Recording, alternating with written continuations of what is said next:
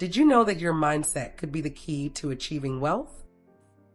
Welcome to Books in 20 Minutes, the place where I summarize the most fascinating books on finance, personal development, and productivity in just a short time. If you don't have much time to read, or if you want to quickly and efficiently grasp the key ideas, you're in the right place. Today we're diving into The Secrets of the Millionaire Mind by Harv Eker, a book which argues that what separates the rich from everyone else is not just their money, but also the mindset with which they approach life and finances. Eker reveals that the real difference between those who achieve financial freedom and those who don't lies in the subconscious beliefs that guide them. If you want to discover how to adjust your financial thermostat, eliminate your limiting beliefs, and adopt the habits of millionaires, stick with me. I've divided this summary into 9 short sections, bringing together the book's most important ideas. Through this analysis, you'll understand how your thoughts and beliefs affect your financial success and learn how to transform them to achieve wealth. Chapter 1: The Financial Blueprint. Harv Eker begins his book with a striking insight. We all have a financial blueprint, a kind of invisible script that controls how we think and act when it comes to money. This blueprint is ingrained in our subconscious and is the main determinant of our financial results, whether we're aware of it or not. It's crucial to understand that your current financial situation is the direct result of your inner blueprint, which has been programmed since childhood. This blueprint is built from 3 main factors. First, verbal programming. The things you heard about money from a young age have a lasting impact on your relationship with it. Phrases like, "money doesn't grow on trees," "the rich are greedy," or "money is the root of all evil," imprint themselves in your mind. Without you even realizing it, these limiting beliefs affect your ability to earn and manage money. Second, behavioral modeling. What you observe within your family also has a powerful impact. If you grew up seeing your parents argue about money, it's likely you associate finances with stress and tension. If your parents were big spenders or, on the other hand, extremely frugal, you may have adopted those habits without questioning them. And third, significant experiences. Personal experiences also greatly influence your view of money. For example, if at some point you lived through a major financial loss, like a family business going bankrupt or an economic crisis, it's likely that shaped how you perceive risk and financial security. I2I. This financial blueprint works like a thermostat that regulates the amount of wealth we're able to manage. If your thermostat is set low, then no matter how much money you earn, your subconscious will find ways to diminish or lose it in order to return to the level of wealth you're comfortable with. That's why it's vital to identify and adjust this blueprint if you want to achieve financial success. Practical exercise. The first step to changing your financial blueprint is to recognize the limiting beliefs you have about money. Make a list of the phrases and attitudes you heard in your childhood about money. Then, replace them with more positive affirmations like, "money is a tool for doing good," or "I deserve to be financially free." This reprogramming process takes time, but it is essential for changing your financial reality. Chapter 2: The Wealth Files. One of the most important pillars of the book is what Eker calls the 17 wealth files. These are sets of beliefs and attitudes that define how rich people think compared to people who have a poor or middle-class mindset. We'll explore a few of the most important ones here. Wealth file number 1. Rich people believe they create their own life. Poor people believe life happens to them. Rich people have a mindset of taking complete responsibility for their lives and outcomes. They don't see themselves as victims of circumstances, but as the architects of their financial destiny. In contrast, those with a poor mindset often view themselves as victims and believe external factors like the economy or the government determine their success or failure. Wealth file number 2. Rich people focus on opportunities, poor people focus on obstacles. Eker points out that while the rich see opportunities around them, people with a poor mindset tend to focus on problems and risks. This difference in focus leads to very different decisions. The rich take calculated risks and are willing to fail, whereas the poor tend to avoid any situation that involves uncertainty. Wealth file number 3. Rich people think big, poor people think small. The author stresses the importance of having an ambitious vision. People with a poor mindset limit their aspirations out of fear of failure or feeling unworthy, whereas the rich allow themselves to dream big. According to Eker, the size of your success is proportional to the size of your thinking. Wealth file number 4. Rich people act in spite of fear. Poor people let fear paralyze them. We all feel fear at times, but the key difference is that the rich don't let it stop them from taking action. Action is what drives you forward, even when you're afraid. People with a poor mindset let the fear of loss or failure keep them frozen in place. Wealth file number 5. Rich people think in terms of net worth. Poor people think in terms of monthly income. While those with a poor mindset tend to focus on how much they earn each month, the rich think in terms of net worth. This includes everything: your income, investments, properties, and debts. For the rich, the true measure of financial success is not just immediate cash flow, but how they build long-term wealth. Practical exercise. Write down a list of your current beliefs about money, separating out the ones you believe are limiting you. Next, identify which of the wealth files above can help you replace those limiting beliefs with more constructive thoughts. Think about how you can adopt these new principles in your everyday life to start thinking like a millionaire.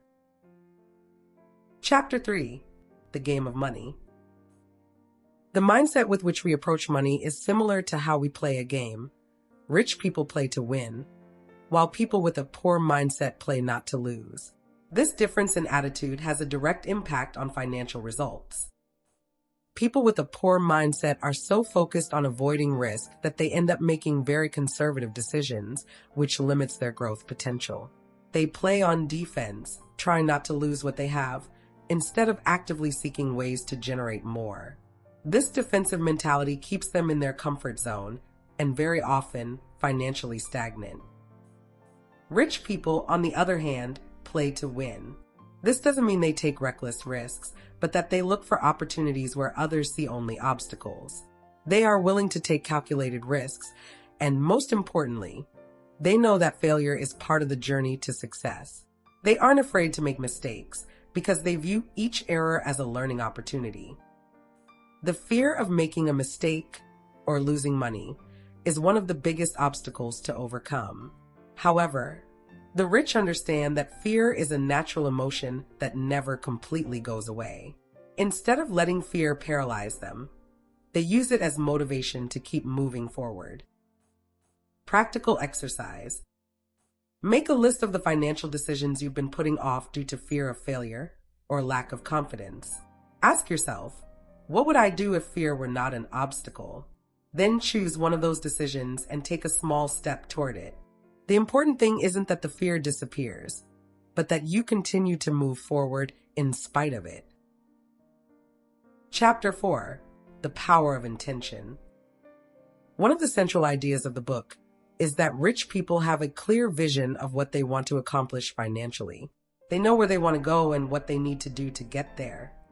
Eker explains that one of the fundamental differences between rich and poor people is that the rich manage their money with intention, whereas the poor have no clear direction. Here are 3 key points. The importance of setting goals.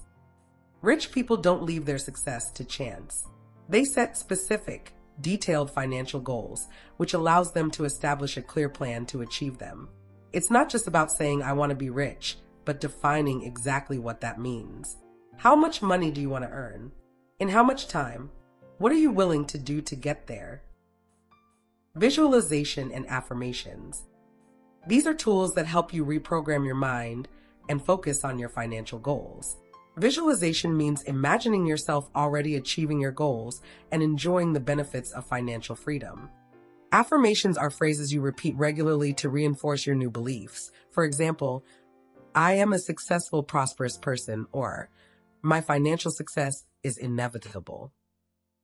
Planning and taking action. Once you have a clear vision, the next step is to create a plan and, above all, implement it. Many people have big dreams, but few are willing to take the necessary actions to realize them. The rich don't just dream of being rich, they actively work every day to achieve that goal. Practical exercise. Write out a clear and detailed financial vision of where you would like to be in 5 or 10 years. Define how much money you want to earn, what kind of investments you'd like to own, and what kind of lifestyle you want to lead. Then create an action plan with concrete steps that will bring you closer to that vision. Don't forget to review and adjust your plan regularly to stay on track. Chapter 5. Diversify to grow your wealth. One of the keys to achieving financial freedom is not depending on a single source of income. While most people rely on just one stream of income, usually their salary, those who succeed financially create multiple streams of income, many of which are passive. Active versus passive income. Active income is what you generate in exchange for your time and effort, like a salary or freelance work. Passive income, by contrast, is money that continues to flow in, even when you're not actively working.